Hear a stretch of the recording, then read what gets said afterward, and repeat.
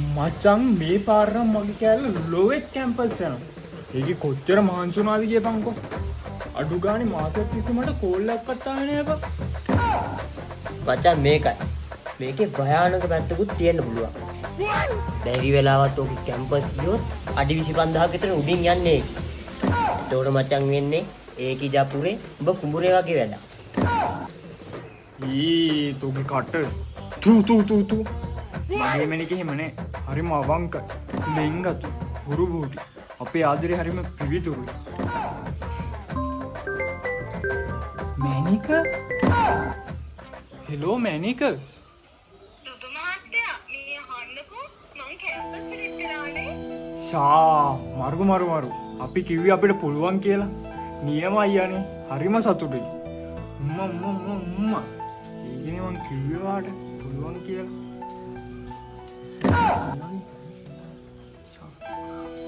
මං කිව්වේ මගේ මැනික් කොහමද කැම්පස් යනවා කියලා.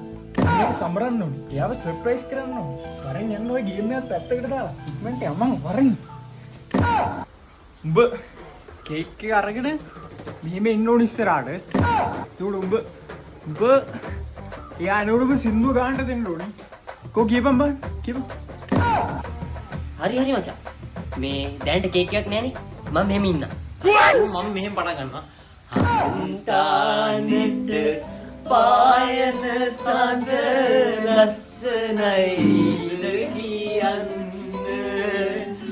මානු දකින ඒ පුරහඳ ඔබට හැකිය දකින්න. ඒ සුපිරියා මරු.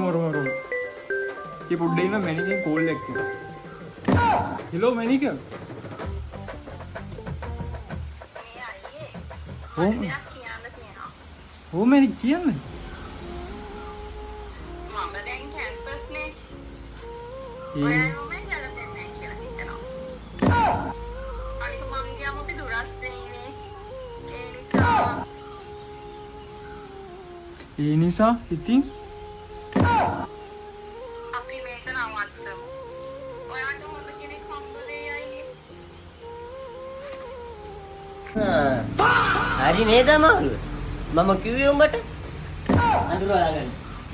අඳුරු අලා හේනා කාල සරසවිදී